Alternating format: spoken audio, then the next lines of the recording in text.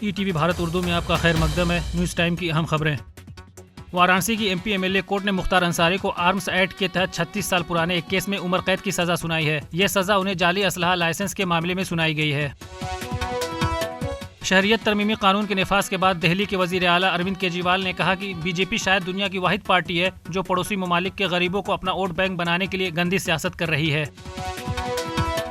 جموں کشمیر کی سابق وزیر اعلیٰ محبوبہ مفتی نے سی اے اے کو نافذ کرنے پر مرکزی حکومت پر تنقید کا نشانہ بنایا اور کہا کہ حکومت ملک کی بنیادی مسائل کو حل کرنے کے بجائے تقسیم کی سیاست کر رہی ہے۔ سی پی آئی ایم لیڈر محمد یوسف تارگامی نے سی اے اے کے نفاذ پر شدید برہمی کا اظہار کیا۔ انہوں نے سی اے اے کے نفاذ کو آئین کے بنیادی اصول کے خلاف قرار دیا۔ انہوں نے کہا کہ یہ گورننس اور ترقیاتی محاذوں پر حکومت کی ناکامی سے توجہ ہٹانے کی دانستہ کوشش ہے۔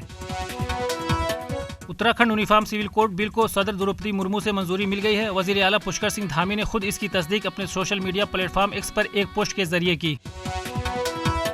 دہلی ہائی کورٹ نے کانگریس پارٹی سے 105 کروڑ روپے کی وصولی کے حکم پر روک لگانے کی درخواست کو مسترد کر دیا ہے۔ کورٹ نے کہا کہ پہلی نظر میں انکم ٹیکس اپیل ٹریبیونل کے حکم میں کوئی بے ضابطگی نظر نہیں آ رہی ہے۔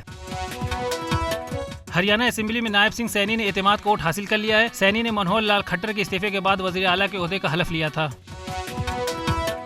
حماس نے بدھ کو ان خبروں کی تردید کی ہے کہ اسے غزہ کی پٹی میں طویل مدتی جنگ بندی کے لیے بین الاقوامی تجویز موصول ہوئی تھی اور اس کا ایک وفد آنے والے دنوں میں اس معاہدے پر بات چیت کے لیے مصری دارالحکومت قاہرہ روانہ ہونے والا تھا۔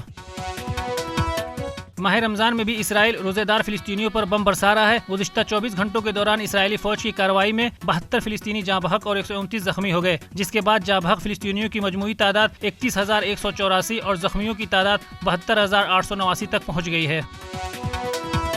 بھارتی اسپن گیند باز روی چندر اشون انگلینڈ کے خلاف ٹیسٹ سیریز میں شاندار کارکردگی کی بدولت آئی سی سی کی ٹیسٹ گیند بازی کی درجہ بندی میں ٹاپ پر پہنچ گئے ہیں۔ تازہ ترین ٹیسٹ رینکنگ کے ٹاپ 10 میں 3 بھارتی کھلاڑی آر اشون، جسپریت بمراہ اور رویندر جڈیجا شامل ہیں۔ پاکستان کرکٹ بورڈ نے کہا کہ New Zealand cricket team April میں 5 میچوں کی T20 سیریز کے لیے پاکستان کا دورہ کرے گی۔ پی سی بی نے T20 سیریز کا اعلان کرتے ہوئے کہا کہ اس کے تمام میچ 18 سے 27 اپریل کے درمیان کھیلے جائیں گے۔ خبروں کی تازہ اپڈیٹس کے لیے لاگ ان کریں www.etvbharat.com۔